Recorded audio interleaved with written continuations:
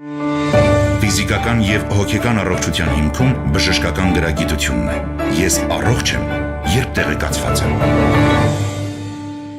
Ողջույն բոլորին, Հանրային ռադիոյի ուղիղ եթերում ենք, ես առողջ եմ հաղորդման շրջանակում, առաջիկա 30 րոպեներին ձեզ հետ կլինեմ ես, Լուսի Քոչարյանը, ներկայացնեմ այն բոլոր տարբերակները, որով կարող եք մեզ հետևել։ Դրանք են armradio.am կայքի on-line ռեժիմը, live stream-ի տարբերակը եւ դիտելու եւ լսելու հնարավորություններով։ Տեսագրություն, ձայնագրությունները տեղադրվում են այս նույն կայքում, ես առողջ եմ բաժնում եւ իհարկե միացեք մեզ Facebook-յան հարթակում հայատար գրված Հայաստանի Հանրային ռադիո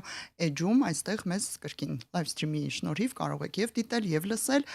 ընդ որում նաեւ հարցեր ուղղել մեկնաբանությունների եւ իմ նամակների բաժնում, ներկայացնեմ թե ում հետ ենք այսօր զրուցելու։ Wigmore կանանց եւ երեխաների հիվանդանոցի մասնագետներ, մանկական անեստեզիոլոգ, ռեանիմատոլոգ Մանյա Սարգսյան, ողջույն։ Բարև ձեզ։ Եվ մանկաբույժ Ալիսա Կիրակոսյան, ողջույն։ Բարև ձեզ։ Շնորհակալություն թեմայի առաջարկի համար, թեմայի առաջարկը ձեր կողմից էր, քանի որ ջրահեղձությունից կանխարգելման համաշխարհային օրվան է նվիրվելու, այսօրվա մեր օրը, սակայն դա այսօր էր, թե հուլիսի 25-ին։ Այո, մենք ընդառաջ ոնց որ, ընդառաջ այդ օրվան, քանի որ մեր եթերը այսօր է, իսկ օրը վաղն է նշվում, սակայն մենք այսօր կխոսենք ավելի շատ ամռան ընթացքում երեխաներին պաշտպանելու եւ երեխաների այսպես անվտանգությունը ապահովելու մասին ընդհանրապես ամռանը, որովհետև ամռանը առանձնահատուկ սրվում եւ վերև են գալիս դրսևորվում են տարբեր խնդիրներ։ Թերևս սկսենք ինչից երեխաների գերակտիվությունից ամռանը, չնայած հոգեբանները բողոքում են, որ երեխաները այդքան էլ ակտիվ չեն, էկրանների առաջ են ավելի շատ նստած, բայց դուք երկուստ էլ շատ մեծ փորձ ունեք։ Հիմա ինչ միտում է նկատվում, մի քիչ հնարավոր է երեխաներին այսպես պոկել եւ ֆիզիկական ակտիվության միտել, ծնողները աշխատում են այս ուղղությամբ, թե ոչ, այստեղ զուտ ձեր կարծիքը կուզեի լսել, կարող եք երկուստ էլ արտահայտվել։ Իրականում երեխաները բավականին ակտիվ են, ուղղակի խնդիրն այն է, որ երբեմն ռիսկային ակտիվություն են դրսևորում, որին էլ ուղղված է լինում այդ բժշկական բոլոր կանխարգելիչ միջոցառումները, որպեսզի փորձենք այդ ռիսկային վարքը կանխարգելել կամ փորձել շտկել խնդիրները արդեն առաջացած, բայց երևի թե իրոք ամռան ամիսներին այդքան էլ էկրաններից կարճած չեն երեխաները, ինչքան տարվա մյուս եղանակներին է լինում։ Մի քիչ դրական միտում էստեղ ունենք, Այո, բակերում հաստատ խաղացող երեխաներ կան բավականաչափ։ Ես դոկտոր Մանյայի հետ համակարծիք եմ, չնայած որ տենդենս կա, որ ավելի շատ հետաքրքրված են էկրաններով եւ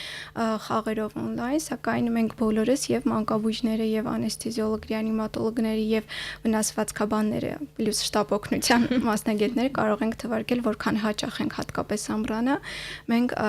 առնչվում վնասվածքների, երեխաների ակտիվության հետևանքով առաջացած վնասվածքների հետ։ Այստեղ համոզում ենք ուրախանալ, որ երեխաները ամեն դեպքում տանը փակված չեն, էկրանի առաջ այսպես ապակե աչքերով նստած չեն, որից բողոքում են իսկապես բոլոր մեծահասակները, դայակները, մանկավարժները եւ այլն, բայց նաեւ փաստորեն մենք այսպիսի խնդիրներ ունենք։ Մի այսպիսի հարց եմ ուզում հիմա մեզ ունկնդրող ծնողների համար ուղղել, ինչու է շատ կարևոր երեխաների ֆիզիկական ակտիվությունը։ Երբեմն ծնողները մի քիչ թերագնահատում են, որ դե ավելի լավ է քիչ շարժվի, կոտրվածքներ չստանա, քիչ իջնի բակ չարևահարվի այս կողմ այն կողմ։ Կարող եք հիմնական, այսպես ամենադրական կողմերը նշել երեխայի լավ, առողջ, ապահով ֆիզիկական ակտիվության։ Ամենակարևոր կետերից մեկը, որ խաղը, ֆիզիկական ակտիվությունը նպաստում է երեխայի զարգացմանը։ Այսինքն դա առաջին ամենագլխավոր կետերից կարմիր գծով ընթացող հարցն է եւ իսկապես ֆիզիկական ակտիվությունը, խաղերը, որոնք իրենք կարող են կազմակերպել, խաղալ, երևակայել, դա բոլորը նպաստում է ինչպես ֆիզիկական զարգացվածությանը, այնպես էլ մտավոր հոգեբանական։ Այնպես որ դրական կողմեր բնականաբար ֆիզիկական ակտիվությունը ունի եւ խաղը։ Դուք ինչ կասեք։ Երևի թե պետք է կրկնեմ կոլեգայիս միտքը, որ իրականում այո, սոցիալիզացիայի եւ առողջ անհաձևավորման գործում շատ մեծ կարեւորություն ունի ֆիզիկական ակտիվությունը եւ այդ ֆիզիկական ակտիվության շրջանակներում կազմակերպվող երեխայի կոմունիկացիոն հմտությունների զարգացումը։ Այո, ինչպես շփվել տարեկիցների հետ, ավելի փոքրերի հետ, մեծերի հետ, այստեղ ինչպես կապեր ստեղծել, ծանոթանալ, ճիշտ վիճել, չգիտեմ, այնքան եթե խորանանք, իսկապես թվում է թե ինչ է, միայն մարմինով շարժվելու համար մենք ուղարկում ենք, բայց երեխայի մտավոր ու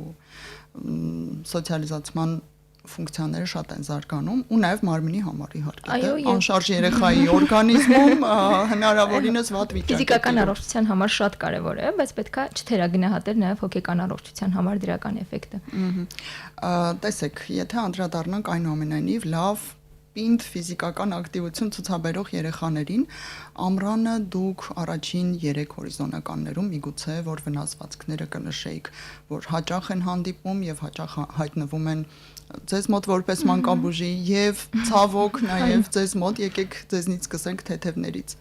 Ամռանի իսկապես վնասվածքների հաճախականությունը բավականին բարձրանում է 30-ից մինչև 50%-ով եւ առաջին հորիզոնականում դա հենց խաղերի ժամանակ ձեռք բերված վնասվածքներն են, որոնք բավականին հաճախ են հանդիպում եւ իրենք կարող են լինել ամենափոքր վնասվածքից, մաշկի ուղղակի քերծվածքից կամ փոքր կապտուկից մինչև լուրջ հետևանքներ առաջացնող վնասվածքներ, ընդհանուր կոտրվածքներ հաջորդ վնասվածքը նաև ջրահեղձությունն է, որը դարձյալ հաճախ է հանդիպում հատկապես ամռան ամիսներին եւ երրորդ հորիզոնականում երևի իմ փորձից ելնելով ավելի շատ կավելացնի շան կենդանիների գծած վերքերը, այո դրանք ամենահաճախ հանդիպողն են։ Իհարկե վնասվածքները նաև ինչ որ առումով տարիքային խմբերի են բաժանում, բայց ընդհանուր առմամբ դրանք ամենահաճախ խնդիրներն են, որով դիմում են։ Եթե մենք վերցնենք մինչև դեռահասության տարիքը առայժմ, այսինքն վաղ մանկականից մինչև մոտավորապես 12 տարեկանը, որ տարիքային խումբն է ամենառիսկայինը, որ պետք է շատ աչալուրջ լինել, չմտածել, որ ինքն իրեն կանցնի, չգիտեմ, արագ շտապօգնություն կամ դեպի հիվանդանոց տեղափոխել, ինչ կասեք։ 1-ից մինչև 4 տարեկան երեխաների խումբը ամենառիսկայինն է, նախ առաջին հերթին վնասվածքներ ստանալու առումով, որովհետև իրենք ուղղակի պետք է ծնողի վերահսկողության տակ լինեն անմիջական, այսինքն թողնել, հեռանալ, թողնել, որ խաղալ չի կարելի, որովհետև այդ տարիքի երեխաները ռիսկերը ոչ թե լավ չեն գնահատում, այլ չեն գնահատում եւ գնահատել, որ դա վնասակար է, այդ գիտակցումը դեռ չկա։ Դրա համար իրենք պետք է գտնվեն հսկողության տակ եւ իհարկե օրինակ մինչեւ 2 տարեկան երեխաներին ամեն դեպքում նույնիսկ եթե երեխան ընկել է հարվածել գլուխը չունի ինչ որ վնասվածք տեսանելի, խորհուրդ կտամ ծնողներին ամեն դեպքում դիմել հիվանդանոց մի անգամ թեկուզ մանկաբույժի կողմից կամ համապատասխան մասնագետի կողմից զննում անցնելու համար։ Ինչ եք ստուգելու այդ դեպքում, ասենք գլխի հարվածի վրա կենտրոնանանք, որովհետև իրոք մինչև 2 տարեկան երեխաները հավասարակշռության հետ դեռ խնդիրներ ունեն ու այսպես երբեմն լսում ես դղկոցով գլխի հարված որևէ տեղ։ Կարևոր նշաններից մեկը կան այսպես կոչված կարմիր դրոշակներ, որ պետք է բոլոր ծնողների իմանան, եթե երեխան ընկնելուց հետո կորցրել է գիտակցությունը, թույլ է տարօրինակ քնկոտ է կամ հակառակ տարօրինակ գրգռված է, օրինակ ընկնելուց հետո սովորաբար լացում են եւ կարճ ժամանակ հետո դա անցնում է, բայց շարունակում է լացել, խիստ անհանգիստ է, փսխումներ ունի, դրանք բոլորը անհանգստացնող նշաններն են, որ պետք է անմիջապես դիմել։ Դա ինչի կասկած կարող է լինել։ Գլխուեղի հարվածի հետևանքով օրինակ գլխուեղի ցնցման։ Առաջին վնասվածք։ Եկեք, այո, ձեր կարծիքն էլ հարցնենք, որովհետև դուք ավելի ծանր դեպքերի հետ եք շփվում, այ ձեզ մոտ ըստ ծանրության առավել վախենալի դեպքերը որոնք են լինում։ Ցավոք մենք շատ ենք առնչվում տրավմաների հետ եւ իրականում ստատիստիկան վախեցնող է, որ նույնիսկ ամբողջ աշխարհում, նույնիսկ զարգացած երկրներում 1 տարեկանից մեծ երեխաների շրջանում մահվան հիմնական պատճառը հանդիսանում են հենց տրավմաները եւ այո հիմնականում դրանք գլխի տրավմաներն են լինում, որոնք ունենում են ծանր հետևանքներ, նույնիսկ մահվան ելքով են ավարտվում։ Ամռան ամիսներին նաեւ ջրահեղձության ծանր դեպքեր են ունենում, բարեբախտաբար մահվան ելքով ջրահեղձությունները հազվադեպ են լինում, սակայն պետք է հիշել, որ մեկ ջրահեղձության մահվան դեպքով ավարտվող ջրահեղձությունը իր հետ կարող է հաշվարկային ունենալ 7-ից 8 ծանր ջրահեղձության այլ դեպքեր, որոնք ուղղակի բաց են մնում այսպես մեդիայի տեսադաշտից եւ նաեւ ամռան ամիսներին լինում են տարբեր տեսակի միջատների, սողունների, խայթոցներ, օձի կծածի դեպքեր, որոնք ունենում են ծանր հետևանքներ եւ մի բան հավելեմ այդ կարմիր դրոշների հետ կապված, որ պետք է հիշել, որ երեխաները իրականում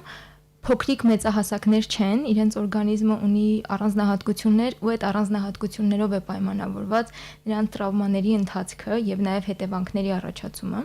Մասնավորապես այդ փոքրիկ մանկահասակ երեխաների գլուխը պրոպորցիաներով ավելի մեծ է մարմնի համեմատ, ուստի դրա համար էլ հենց տրավմաների մեծ մասը բաժին է հասնում գլխին։ Նաեւ նրանց կրծքավանդակ ունի որոշակի առանձնահատկություններ, երբեմն արտաքինից որևէ տրավմայի նշան չի երևում կրծքավանդակին, չեն ունենում կոտրած կողեր, սակայն ունենում են թոքերի ծանր լուրջ վնասվածքներ դրա, այսինքն ստորադիր հյուսվածքների ծանր վնասվածքներ եւ նաեւ պետք է հիշել, որ չնայած նրանք փոքրիկ են, բայց ունեն լավ կոմպենսատոր մեխանիզմներ, այսինքն առաջին րոպեներին, առաջին ժամերին կարող է թվալ, որ երեխայի տրավման լուրջ չէ, չունի ակնհայտ որևէ օրգանի խանգարման նշաններ, սակայն երբ իր կոմպենսատոր ֆունկցիաները հնարավորությունները սպառվում են, շատ արագ կարող է վիճակը կտրուկ վատթարանալ եւ այստեղ եթե ավելացնեմ օրինակ փսխումներին կամ գիտակցության կորստին, նաեւ եթե դիտվել է ցնցում այդ ժամանակ նույնպես պետք է անհապաղ դիմել բժշկի եւ նաեւ եթե տրավմայից հետո, մանավանդ գլխի տրավմայից հետո նկատվում է քթից կամ ականջներից արյունային կամ թափանցիկ հեղուկի արտադրություն, որտեղ այս երկու նշանները կարող են խոսել գանգի խոռոչում, լրջագույն վնասվածքների, ոսկրերի կոտրվածքների մասին, որոնք կրկին կարող են արտաքուստ չերևալ, այո, որոնք կարող են արտաքուստ չերևալ, որևէ մեծ կապտուկ գլխի վրա չլինի կամ այլ նշան չլինի, առաջին րոպեներին երեխան լինի ակտիվ կամ մի քիչ անհանգիստ, որը կարող են բնորոշել, որ դե երեխան տրավմա է ստացել, բայց նմանատիպ այսպես ահազանգող նշանները խոսում են հնարավոր ծանր վնասվածքի մասին։ Մի հարց մանկաբույժ Ալիսա Կիրակոսյանին ուղեմ, կոտրվածքներն են առհասարակ ավելի վտանգավոր երեխայի համար, թե վերքերը, մաշկի, խոր վնասվածքները, սա ամենաշատն են, շատ են համենայն դեպս ծնողները ուղում, որից պետք է շատ անհանգստանալ։ Իրականում երկուսն էլ իրենց հետևանքները կարող են ունենալ եւ վնասվածքային առումով, որ կարող են նպաստել, որ որևէ ինֆեկցիա թափանցի եւ դրա հետևանքով առաջանան ծանր բարդություններ, իսկ կոտրվածքներն էլ կարող են լուրջ հյուսվածքներ, անոթներ վնասել, բացի դրանից կարող են բերել հաշմանդամության։ Այսինքն կախված է եւ ստացած վնասվածքի ծանրությունից եւ ինչպիսի վիճակում է այն տեղի ունեցել։ Կոտրվածքների հետ կապված նաեւ կուզեի հավելել եւ լրացում անել դոկտոր Մանյային, որ շատ կարեւոր է ուշադիր լինել, որովհետեւ կարող է երեխան օրինակ վնասված լինի վերջույթը, բայց ամբողջությամբ վերջույթի շարժումների սահմանափակում չլինի, այսինքն եթե նկատում ենք ցավ, անհանգստություն, նույնիսկ եթե երեխան ինչ որ չափով վերջույթը կարողանում է օգտագործել, դա նույնպես ցույց է, որ պետք է դիմել բժշկի։ Իհարկե մեզ միշտ գրավում են եւ առաջին հերթին ակնառու են այն վնասվածքները, որոնք ընթանում են տեսանելի փոփոխությունով, այսինքն եթե մենք ունենք արտահայտված կապտուկ, այտուց, վերջույթի դիրքի հարկադրական դիրք կամ շարժումների սահմանափակում,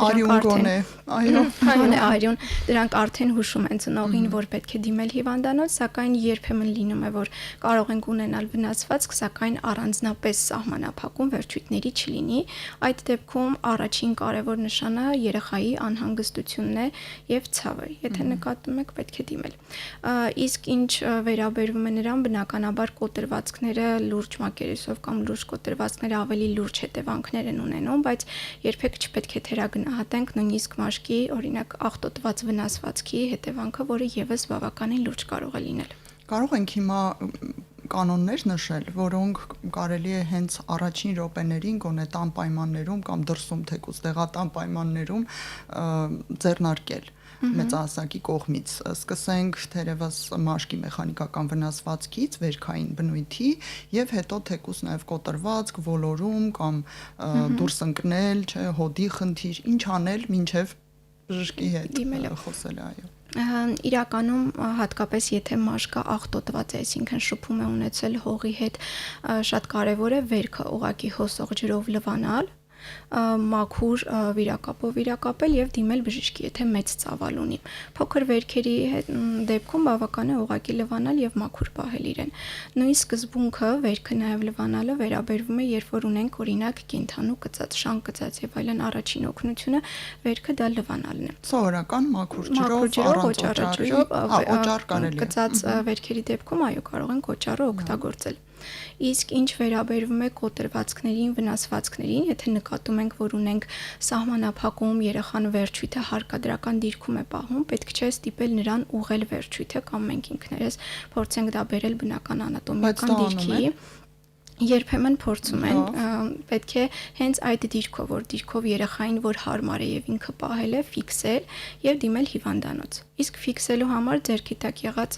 անհրաժեշտ միջոցները կարծում եմ բոլորի տանը կան, հասարակ օրինակ սրբիչ կարող է լինել կամ հաստ ստվարաթուղթ կամ բարձ կարելի է օգտագործել։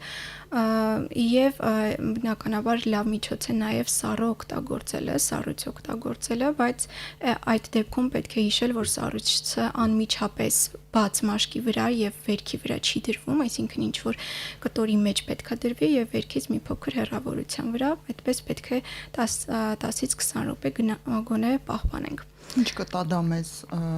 ինչը կզսպի կամ կկանխարգելի։ Ինչ որ չափով այդուցների առաջացումը, ցավի մեղմացում։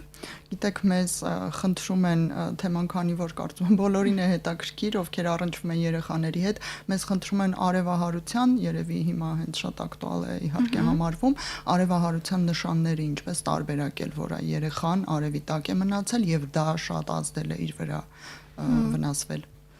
Արևահարությունը նույնպես լուրջ խնդիր է, հատկապես մեր երկրի եւ այս եղանակի պայմաններում։ Առաջին հերթին դա օրինակ երեխայի թուլությունն է, գլխապտույտը, մաշկի կարմրությունը, շնչառության հաճախականությունը, դրանք բոլոր այն նշաններն են, որոնք խոսում են արևահարության մասին։ Այդ պահին պետք է երեխային ավելի զով տեղ տանել, շատ հեղուկներ իրեն առաջարկել եւ եթե տեսնում ենք, որ ակտիվությունը չի վերականգնվում, ամեն դեպքում թուլություն կա կամ բավականին տարածված է ամբողջ մարմնով, մակերեսը բավականին մեծ է, դիմել հիվանդանոց, բայց առաջին օգնությունը, որը ծնողները կարող են անել, երեխային տեղափոխել ավելի զով վայր, աստիճանական սառեցում ապահովել, նույնիսկ կտորը կարող են թրջել խոշոր զարկերակների կրծքավանդակին, անոթափոսերի հատվածում տեղավորեն եւ մեծ քանակությամբ հեղուկ։ Այստեղ կարեւոր է կուզեի որ նշել, որ չօգտագործեն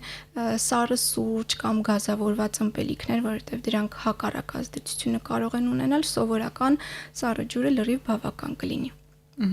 Այո, դեպ շատ են, քանի որ երեխան օրինակ ջրից հրաժարվում է, արդեն փորձում են որևէ սառը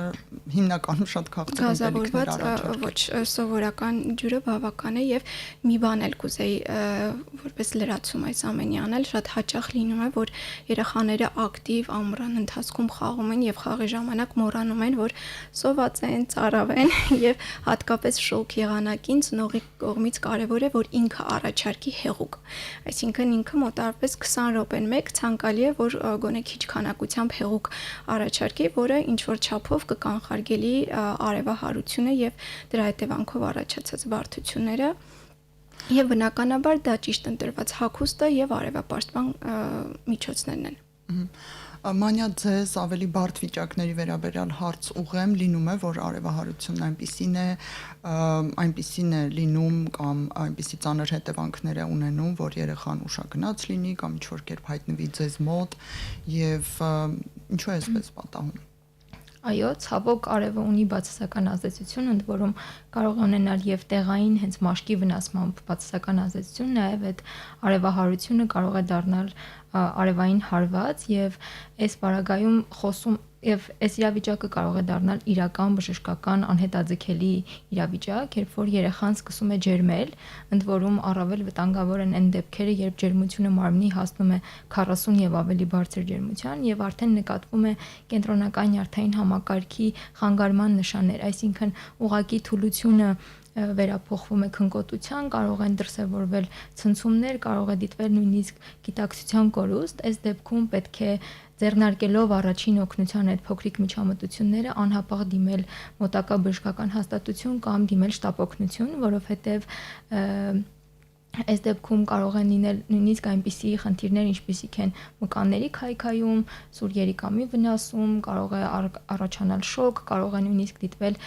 արյան մակարդելության համակարգի խանգարումներ։ Եվ պետք է հիշել այս ժամանակ, որ ցուցված չէ ջերմիչեցնել երեխային դեղորայքի միջոցով, որովհետև այստեղ խնդիրը մարմնի ֆիզիկական գերտաքացումն է, որը ունեցել է իր բացասական հետևանքը եւ դեղորայքը որևէ ձև չի կարող օգնել երեխային այդ բaragայում, այսինքն այս մեխանիկական սառեցումը ավելի նշանակալի եւ շատ կարեւոր դեր կարող է ունենալ։ Եկեք անցնենք նաև ջրահեղձության խնդրին, հենց մեր խորագիրն էլ ավելի շատ նվիրված է դրան, ինչու է այս խնդիրը հատկապես ամռանը շարունակում այնքան արդիական մնալ, որ տեսեք նույնիսկ համաշխարհային օր կա ու մենք ծնողների շրջանում ավելի շատ վտանգների եւ անհանգստությունների մասին իրոք լսում ենք թունավորման, կծելու, կծած վերքերի, նույն արևահարման վերաբերյալ Բայց ես հիմա զգում եմ, որ շատ քիչ են մտածում ջրի հետ կապված խնդիրներից, որտեղ դե մենք կողքն ենք, ինչ կարող է լինել, եթե հանկարծ ինչ-որ բան նկատենք մի րոպեում կփրկենք, ինձ թվում է այստեղ ինքնավստահություն ավելի շատ է, քան իրականում վտանգ կա։ Եթե թույլ տաք, ես ջրահեղձության հետ կապված երևի կխոսեմ թվերով, որը ավելի կստիպի մարդկանց զգոն մոտենալ այս հարցին, տարեկան 300,000 մարդ մահանում է ջրահեղձությունից, որից 70-75 հազարը երեխաներ են։ Դա բավականին բարձր թվեր են եւ ցավոք սրտի 90% այս դեպքերի բաժին է հասնում ցածր եւ միջին եկամուտ ունեցող երկրներին։ Այսինքն հիմնական խնդիրը այդ երկրներում է։ Եվ խնդիրներից մեկը դա եւ երեխայի կողմից, ես կխոսեմ մի փոքր երևի դեռահասների մասին, որովհետեւ դեռահաս օրինակ տղաների մոտ բավականին բարձր է ջրահեղձության ցուցանիշների, ինչու, որովհետեւ եւ չեն ճիշտ գնահատում ռիսկը եւ իրենց օրգանիզմի հնարավորություններն են գերագնահատում, ինչպես նաեւ մեծահասակների կողմից, որովհետեւ միշտ բոլորիս մոտ կա կարծիք, որ ջրահեղձությունը լինում է այնպես ինչպես ֆիլմերում, օրինակ, որ գոռում են, թափահարում, օգնություն կանչում, բայց այդպես չի ինքը լուր է լինում ջրահեղձությունը, այսինքն դուք հնարավոր է տեսնեք երեխային եւ մտածեք, որ նա պարզապես խաղում է։ Եվ դա է հիմնական ամենակարևոր ցուցիչը, որ օրինակ 1-ից մինչև 5 տարեկան երեխաների դեպքում, երբ որ ջրին մոտ են գտնվում, ծնողը կամ խնամող անձը ոչ թե պետք է լինի մի քանի մետր հեռավորության վրա, այլ 1 ձեռքի չափով հեռավորության վրա։ Այսինքն նույնիսկ մի քանի մետր հեռու լինելը կարող է բացասական կողմեր ունենալ եւ ջրահեղձության համար երևի խոսենք թվերով, որ ավելի տպավորիչ լինի։ 2.5 սանտիմետր ջուրը բավական է, որ երեխան ջրահեղձություն։ Ոյ, լավ։ Եվ տևում է բավականին արագ, այսինքն 20-ից մինչև 60 վայրկյանը նույնպես բավական է։ Այսինքն մենք գործ ունենք շատ կարճ ժամանակահատվածի մեջ, որ կարող ենք օգնել կամ հակառակ անդարձալի հետևանքների առնչվել։ Իսկ այս չնչին խորությունների կամ այս փոքր թվերի վերաբերյալ որ տարիքը հատկապես կնշեք հատկապես փոքր 1-ից 4 տարեկան, ինչու համար դոկտոր Մանյան արդեն նշեց երեխաների մոտ կառուցվածքային առանձնահատկությունները, երեխաների մոտ մարմնի համաչափությունը մի փոքր այլ է, գլուխը ավելի մեծ է, քան մարմնի մյուս կեսերը եւ նույնիսկ եթե դուք մի քանի վայրկյանով երեխային թողնում եք օրինակ ջրի մեջ, տանը, ենթադրենք լոգանքի ժամանակ, հնարավոր է որ երեխան դեմքի վրա ուղղակի ընկնի, քանի որ ավելի մեծ է գլուխը եւ ինքը չկարողանա հետ բարձրացնել իրեն, այսինքն աննշան քանակությամբ ջուրը այդ դեպքում լուրջ խնդիրներ կարող է առաջացնել եւ կուզեի հատուկ նշել, որովհետեւ հատկապես մեր պայմաններում Հայաստանում նկատում եմ, որ մի փոքր ավելի մեծ տարիքի երեխային, դա կլինի 8-9 տարեկան, ծնողները վստահում են, որ խնամի ավելի փոքր տարիքի երեխաների դա չի կարելի։ Հանձնարարում են եւ հետո դա իսկապես չի կարելի։ Եթե երեխան մինչեւ 5 տարեկան է, առհասարակ բոլոր հարցերում ես խորհուրդ կտամ, որ միշտ լինի ծնողի վերահսկողության տակ անմիջապես շատ մոտ ջրի շուրջ գտնվելու դեպքում դա կլինի լողավազան, կլինի ուղղակի փոքր լիճ կամ փոքր բասեիններ, որոնք կան, միևնույն է ծնողը պետք է գտնվի մի փոքր մեկ ձեռքի չափ հեռավորության վրա։ Եվ շատ կարևոր պայման է հստակ իմանալ, թե ով է հսկում երեխաներին, որովհետև նաև վտանգը բարձր է, մի փոքր հակասական հնչում, բայց երբ որ կան մի քանի մեծահասակ, դա նույնպես կարող է բերել, որ ջրահեղձում լինի, քանի քանի որ միշտ մտածում են, որ մյուսն է հսկում երեխային եւ թվում է բոլորով պետք է հսկեն եւ բայց էլ այդպես ավելի չի։ լավ է Եվ լինի հսկող անձը պետք է հստակ զբաղվի դրանով, այսինքն հեռախոսով խոսել, գիրք կարդալ, պատրաստել կամ ուրիշ թեմաներ խորհուրդ չի տրվում, որ այդ ժամանակ արվի, հստակ պետք է հսկողությունը շարունակվի։ Բացի դրանից կան իհարկե կարևոր պայմաններ, որոնք շատ կարևոր են, սակայն դեռ մեր եւ մշակույթի մեջ եւ մեր երկրում չենք կիրառում, դրանք լողավազանների շուրջ պաշտպանիչ